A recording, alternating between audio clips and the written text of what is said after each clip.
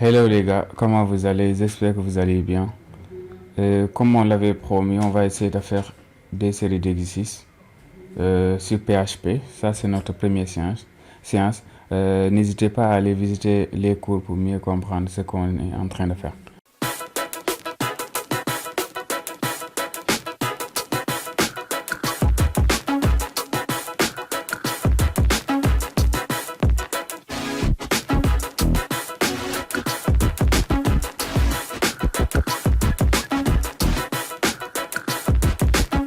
Voilà, je vous ai préparé un petit exercice, trois exercices, voilà.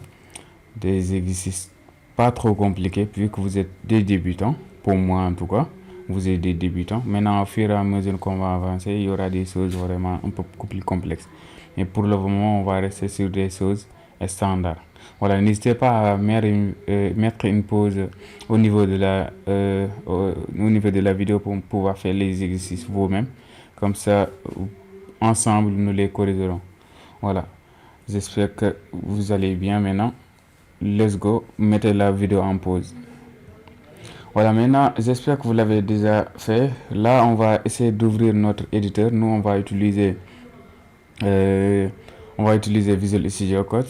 N'oubliez pas aussi de démarrer votre serveur. Moi, j'utilise Zampa, vous pouvez utiliser WAMP, voilà, ou un autre serveur. Voilà, et aussi, il y a notre éditeur qui est là. Je vais partager mon écran en deux. Voilà, on est bien. Bon, je vais faire ça pour créer un fichier que je vais appeler exercice. Par exemple, je vais le nommer exercice.php par exemple. Voilà, on est bien. Voilà, je vais faire ça. Point d'interrogation PHP. Maintenant, comme je l'ai dit, s'il n'y a rien derrière, vous pouvez ne pas fermer. S'il y a des choses que vous pouvez... Ce fichier-là ne contenera que du code, du script PHP, vous pouvez ne pas fermer ça. Sinon, il faut le fermer pour pouvoir lire le reste. Voilà. Comme ça, par exemple, je donne juste un exemple. Si après on aura utilisé du code, du code HTML ou bien CSS comme ça, voilà, il faut le fermer pour lui montrer que le code PHP là, c'est juste cette partie-là, c'est cette portion. Voilà. Mais la première question, c'est quoi? Il nous dit déjà on a déjà créé un page nommé fichier de, nous on l'a nommé exercice, peu importe, c'est pas un problème. Voilà, deuxième question c'est quoi? Déclarer une variable non, lui affecter une valeur et l'afficher. Voilà, peut-être ce que je vais faire $non. Par exemple, je vais dire par exemple abonnez-vous. Voilà, de passage, n'oubliez pas de vous abonner, d'activer la cloche de notification pour ne pas rater mes futures vidéos. Voilà, abonnez-vous. Voilà, je fais ça. Après, il me dit là, j'ai affiché, comment dire, j'ai déclaré une variable. Là, c'est pour l'attribuer, affecter. Maintenant, qu'est-ce que je vais faire? Je vais afficher par exemple le résultat. Echo. Voilà, echo par exemple. Echo $non. $non. Voilà, si je fais ça, bon, il faut pas oublier les points virgules. Voilà. Maintenant, si je fais ça, je vais ouvrir un navigateur. Par exemple, je vais utiliser Chrome si je veux. Voilà, je vais faire local. Voilà, formation. Normalement, mes deux fichiers sont là. C'est le deuxième qui est là. Voilà, abonnez-vous, il est là, visible. Voilà, on est bien. La deuxième question, c'est écrire le code permettant d'afficher le nombre de mots composant la variable non. Si vous vous rappelez, au niveau du cours, on avait défini quelques fonctions. Vous pouvez aller au niveau de la chaîne YouTube pour vérifier ces informations-là. Bon, il y avait une des fonctions qui nous intéressait, c'était la fonction str. Word account, voilà, c'est cette fonction là qui va nous permettre de compter le nombre de mots que compose notre variable. Maintenant, si je fais ça, voilà, là je peux faire écho avant ici. Voilà, comme ça il va nous afficher le résultat directement. Voilà, si j'actualise la page 1. Voilà, c'est une chaîne de caractères. Maintenant, si je faisais, par exemple, bonjour, abonnez-vous, je suis là. Normalement, voilà, il y a 4 mots, 1 mot, 2 mots, 3 mots. Lui, il compte les mots selon les espaces qu'il va trouver. Voilà. On continue. Là aussi, pour plus de décoration, on pouvait faire ici un break. Par exemple, on fait ici un break, écho. Exemple, un BR. Voilà, comme ça. Un BR. Pour avoir une affichage plus jolie. Voilà, il y a 4 mots comme ça. Voilà. La troisième question, c'est écrire le code permettant de supprimer les espaces contenus dans la chaîne nom. Bon, vous allez utiliser la fonction trim. Bon, toujours utiliser le BR pour aller à la ligne. Voilà, mais ceci est plus utilisé sur les champs. Je ne sais pas est-ce qu'il va afficher ça correctement comme on le veut, mais il est plus utilisé lorsque vous ferez par exemple les champs, quand vous aurez à saisir vos noms, vos prénoms, pour donner des informations en tout cas personnelles de vous au niveau d'un formulaire. Voilà, il est plus utilisé à ce niveau. Là, qu'est-ce qu'on va faire? On va utiliser echo.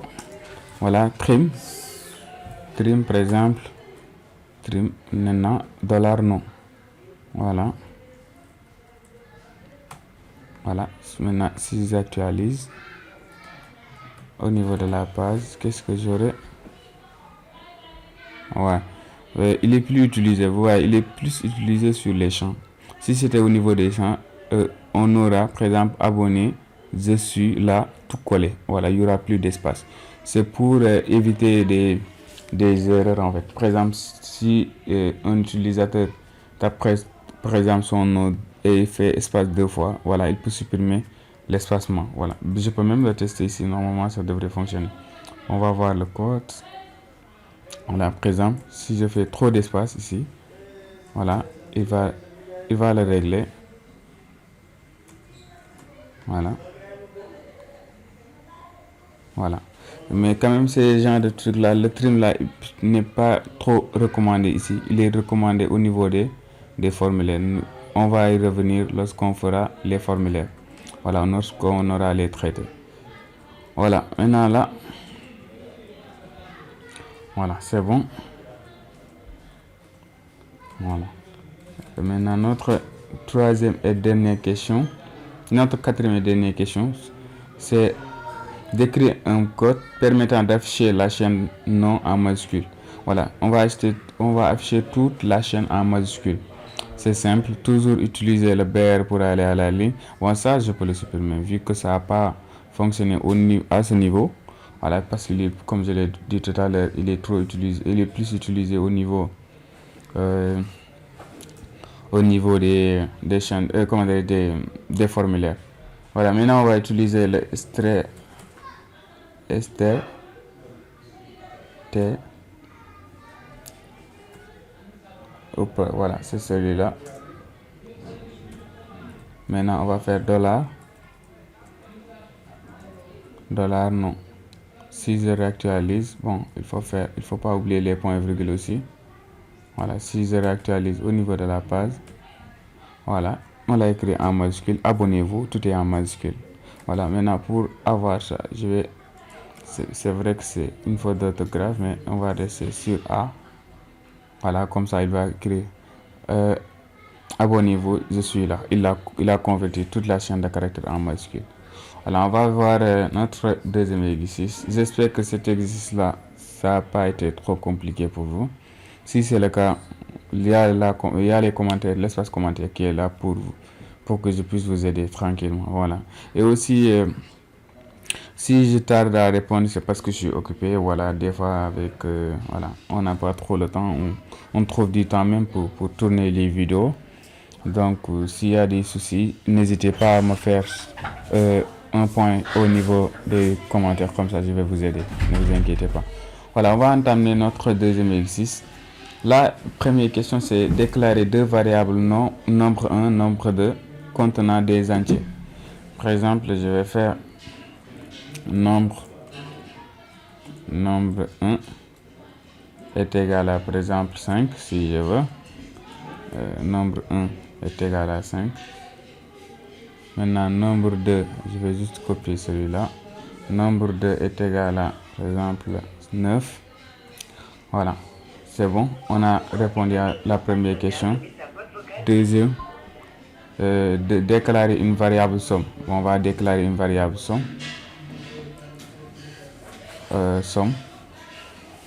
Et on va l'initialiser à nul, vu qu'on n'a pas de valeur pour le moment. Il est nul par défaut. Là, afficher le type de variable somme. Là, ou bien ce qu'on peut peut-être faire, c'est de calculer directement somme. On va directement calculer somme. Là, on va faire somme est égal à quoi? Somme est égal à nombre plus nombre 2. Voilà, c'est ça somme. Voilà. Maintenant, il dit afficher le type de variable somme. Type variable, par exemple, on va utiliser var_dump. var_dump, par exemple. var_dump de somme. Voilà. Maintenant, là, pour le moment, je peux aller afficher le résultat pour voir ce que ça va donner. Voilà. var somme, ça fait 14, mais il est de type integer. Integer, c'est des entiers. Voilà. var_dump, c'est... Maintenant, ce qu'on peut peut-être faire, afficher le type de variable, c'est avec var_dump. Après, il dit affecter la somme des deux nombres. Bon, au début, par exemple, il n'a pas demandé ça quand même. Je vais le mettre en commentaire, il va le demander après. C'est juste somme qu'il veut qu'on affiche, par exemple, le type. Par exemple, s'il est nul, on va le déclarer en nul pour le moment. On va afficher, par exemple, type de somme. Il est nul, voilà, il est nul. Maintenant, après, il nous demande afficher le type de variable somme. C'est ce qu'on vient de faire. Maintenant, affecter la somme des deux nombres. C'est ce qu'on avait fait tout à l'heure. On avait devancé un peu. Voilà, c'était ça. Là, on vient d'associer somme à nombre 1 plus nombre 2. Et là, afficher le type encore. Maintenant, à nouveau, on affiche le type. Voilà.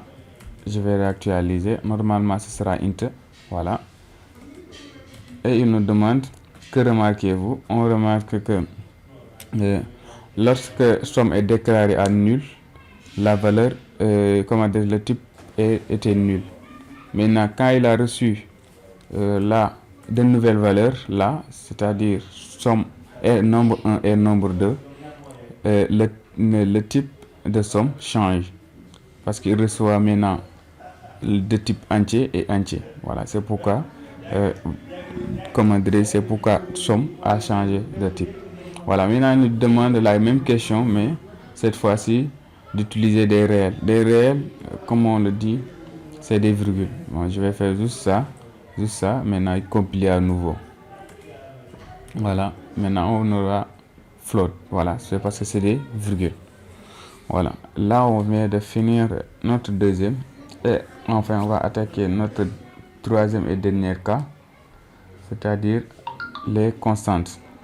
Déclarer une constante, par exemple, déclarer une constante pi. Bon, je vais effacer déjà ça. Maintenant, comme on l'avait défini dans le cours, n'hésitez pas à aller visiter le cours, voilà, pour mieux comprendre. Pour définir une variable, une constante, on va faire pi, par exemple, pi comme ça. Voilà, pi est égal à, par exemple, je vais faire 3,14, virgule, comme je l'ai dit en programmation, c'est point. Voilà. Maintenant, pi est égal à 3,14. Maintenant, déclarer une variable rayon et une variable surface et affecter leur des valeurs. Par exemple, rayon. rayon est égal à, par exemple, on connaît déjà le rayon. Par exemple, on peut dire c'est 15. Rayon 15. Voilà. Maintenant, la surface, vu que c'est la surface qu'on veut calculer, on va le déclarer à nul.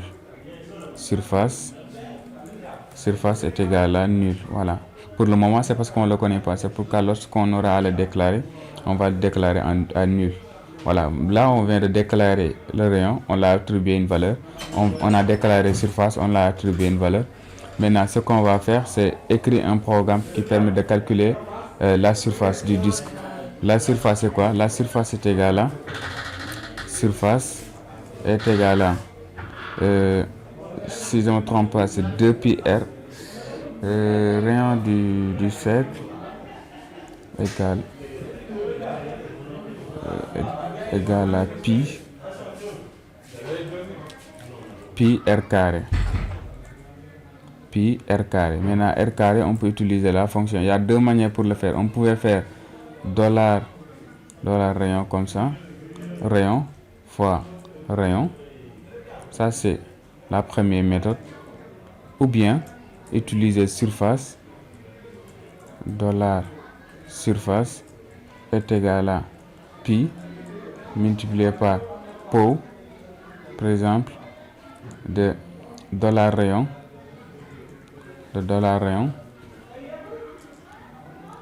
au carré. Voilà.